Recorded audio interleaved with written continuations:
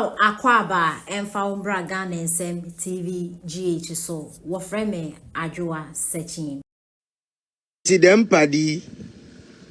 Obey vice president. The president. Oh we are ya Ghanafuo. Yes. And he be seen the president. Obey president. So na the vice president. You say then. Oh we. Harawara hold the man fanciful. Yes, papa na yes bemuna na off. And then kwada Ghanafuo bufu was signed from one fan and babio. Was Oluman when you koso was besido. Why a young man? Kumnanado my work can samaka sikumnanado kumeima. Olumai when wuda. Then wudo was Oluman one pet sake of what to kumno my when kumna my to Oluman. Ghanafuo sworden was a rock of yaba. Okumfunalaba. What did about this time around? No man advising. Na semomba nti Ghana from start the mu ye did the advice you never say ana okwadan common na sisi ahwe be wu na akwa akofa amana mi afimura ho ama semreda but na me kan mu de ihu bibia wo mo ho na so ye fa mo nkwa akra nkokuma asim nkotogo mo nkoto muto ni nya o simpa krodu ya mu South Campus ekuwenyin kakre bi a de local beach kone beach kwana kama branching Liberation Square wana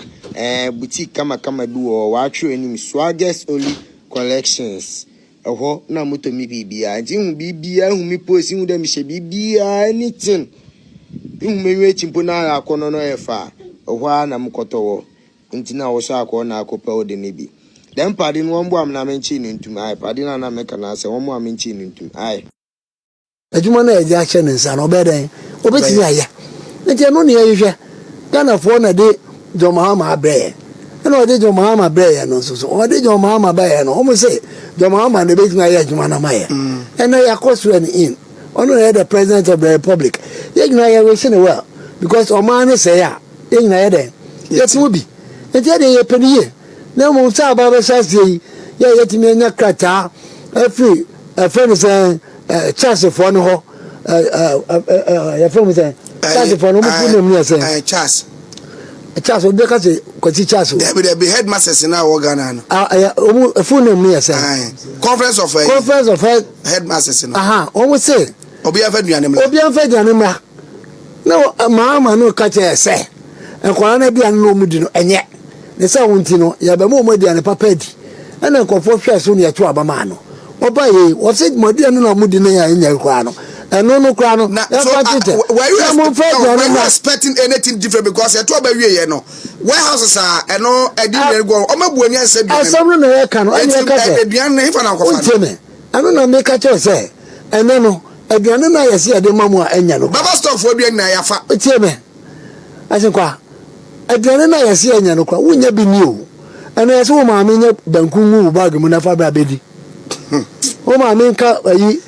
omuma konkonte ni adade be fa roba ncheche won na ache aduane na yaje ma okra na yesi anye no na ye mfa mawo ne mo wa fa wo de ebra ne bra bedi ehọ ne ebehu se ancheche no nso ewom na ti me de na me kan nyina ne se Ghanafuo ye me yani na ho enya abotra ne yantwe enye sese kura ne be kra se ase kasa record ye ni je bi na o predict se bia I will never men predict doom da wo fa se phone bi school Lizzy yamene ba o school me peniye so no okwa aka benkwama no da bi omba I think so be call next week also okay nti wo prepare be ka benkwama yeah me nim say anono de say anopa bi ametina de na akoma na ametina de akoma no and there many problem but me say majority of enkola no ne yaka o masemo enye de wo waste ka obetimi aye it's about enkola ni na metimi aka cho ne put it on record say kwazi na kai me say ene yakasa enkoda na nkasa mfo maduane mra anasa wofo no mfa aduane mra enkoda no almost about 80 to 70 to 80% ebe fie aduane no kwa yakasa wo de ye bibia fi so mo si expenditure ne so nti aba ye ba be fe Ghanafuo ni adwenjene ho wo de ma set committee ye set committee wo de ma committee ni ntrase na committee ni nkase sesi a na ya hwehwe enema mu nyina no aduane no na ebo Ghana ka enti awofo bia mfa aduane betimi aka cho say 70 to 80% of the children ebebe fie awofo no ntimi fa nko omusu no betwa yanum na aduane no mama so be ka che say aduane an odi no an do school kwa the kama kwa ni say aduane no it is early days yet mo fa aduane no nko mo mu sito sito so dey say nyame adama okoda kodwum a ebi sisi kwa no nfen moto anu mato dokun aka ho dokun za mo beto mo hwe de yede rubber na kekere ho sana che say de be ya ense the rubber we inside ne bi makeka bankun ma bobbo na ntampe na gugu mu chobos no o mu kwa no ne all of a sudden akwakọ wie say enkwara no obi anfa aduane mra na NDC for o kan o mu si me nka mo sorry akwa se aduane abafa stock for aduane nyina no aduane nti wo se aduane nyina kodi o mu koton master ba ko no kasa ye no aye from bani as one no what say in school anwa ba ko kura ni anwa o ti wona NDC for no be se sakoye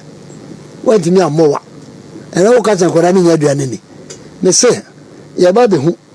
ye nya hui afi ye ba be hu pa Dr. Kwasi Chedan so nyane se onya ntam no fa nkoda na aduane ne nko o ma ye ti asese nkoda ne be di aduane papa say also no do be ma headmasters na no problem business na headmaster ja headmaster administration me we headmaster je na nka mo hwe nkoda no school ene ye se be be muska nkodwom man no so kasa headmaster no so kasa o se anu sa no mu pe enti mo e be ma muska no makodwom makoto abalema makoto gari makoto aponche makwa kokuno na mde man koda na di enti mo nkoda mo nkoto man koda no na wo muni ade e de hia ne se free education I won't teach ma ya ni wo mu obi ka wo Ghana ha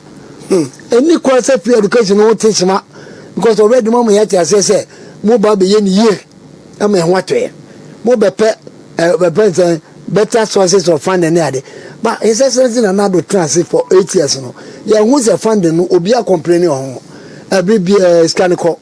bibia ya kama ana school bia no anasa aban adwuma bia no wa the betimi aka se bia eka bi ni baabi on and off because bi ho a wo be ya na etwa oka ana anya sa leje eti no wo si wo ba na ba be ni ya ade ya hwe ni mu ni se ene ya se nkwara no fa duane no mra wo ye ready so wo kwa ye be se anopa team pampa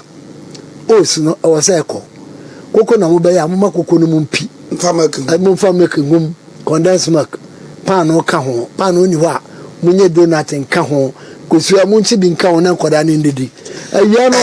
omuni omumu no anaso omu bibi no fried rice ni adade mumu bi ni anyume shawarma pizza ene adade mu fa nkote nkoda no ni engu se mu feeding nkoda no no ba omanim Dr. Kwasi Chedan kumida amu baba be trust mo be ma excuses ana akofo bia ko bia mama nkoda ya ne ko bia aduane no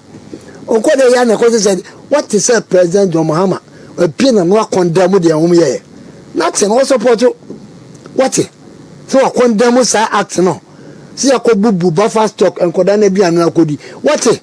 and also we news item bia che say wa condemn eh ne de mo ko se enkoda na bia na edi memfa ho awofo mo fa de ane nkona mo mani nkodidi na mo mani di e de kono mo didi a ombe yakese